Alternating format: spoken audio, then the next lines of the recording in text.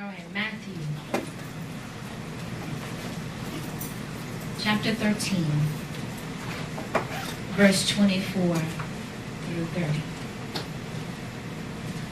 Matthew chapter 13, verses 24 through 30. It said, "Here is another story Jesus told. The kingdom of heaven is like a farmer who planted good seed in his field.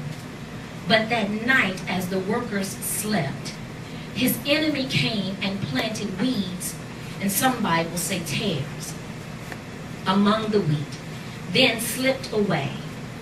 When the crop began to grow and produce grain, the weeds also grew. The farmer's workers went to him and said, 'Sir, the field where you planted that good seed is full of weeds. Where did they come from?'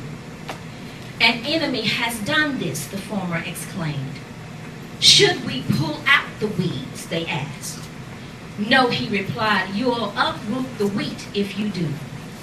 Let both grow together until the harvest. Then I will tell the harvesters to sort out the weeds, tie them into bundles and burn them, and put the wheat in the barn.'" Look back at verse 30. It says, "Let both grow together until the harvest." I want to use for a topic, Lord, get this out of my system. The Bible says, "In the beginning was the Word, and the Word was with God, and the Word was God. And there wasn't anything that was made that God did not make." Then the Bible comes and it says, "And the Word became flesh and dwelt among us." No matter what you're going through right now, no matter what situation you are in, God has designed a system already to get you out. Yeah. No matter what you're dealing with, no matter what storm comes your way, God has already designed a system to pull you out. Y'all following me? You with me so far? So if I never say another word to you this morning, you already got the victory. If I never say another thing, the devil has already been defeated. If I never say another thing, you ought to leave here with joy, because God said you have an expected end. And that the plans that he has for your life, no matter what the enemy tried, is good. If he gave you a business, he expects for you to do it. If he gave you a book to write, he's expecting for you to do it. God has expectations on your life.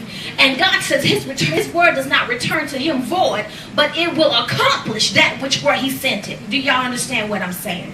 How many of you in here have a seed planted in you? Everybody that was born should be lifting up their hands. You might not know exactly what it is, but God has a plan and a purpose for your life. Your life is more than laying in somebody's bed. Your life is more than when is he coming. You mean to tell me you're going to spend your whole life looking for somebody when you're going to miss the mark? Well, when is he coming? I don't know, but in the meantime, what you going to do? The Bible says this is the day that the Lord has made. If you are single today, he made you single today. This didn't catch him off guard or by surprise. That's why you got to trust him. That's why even when you can't trace him, you got to know that he is working things out for your good. That means that he already has a system in place.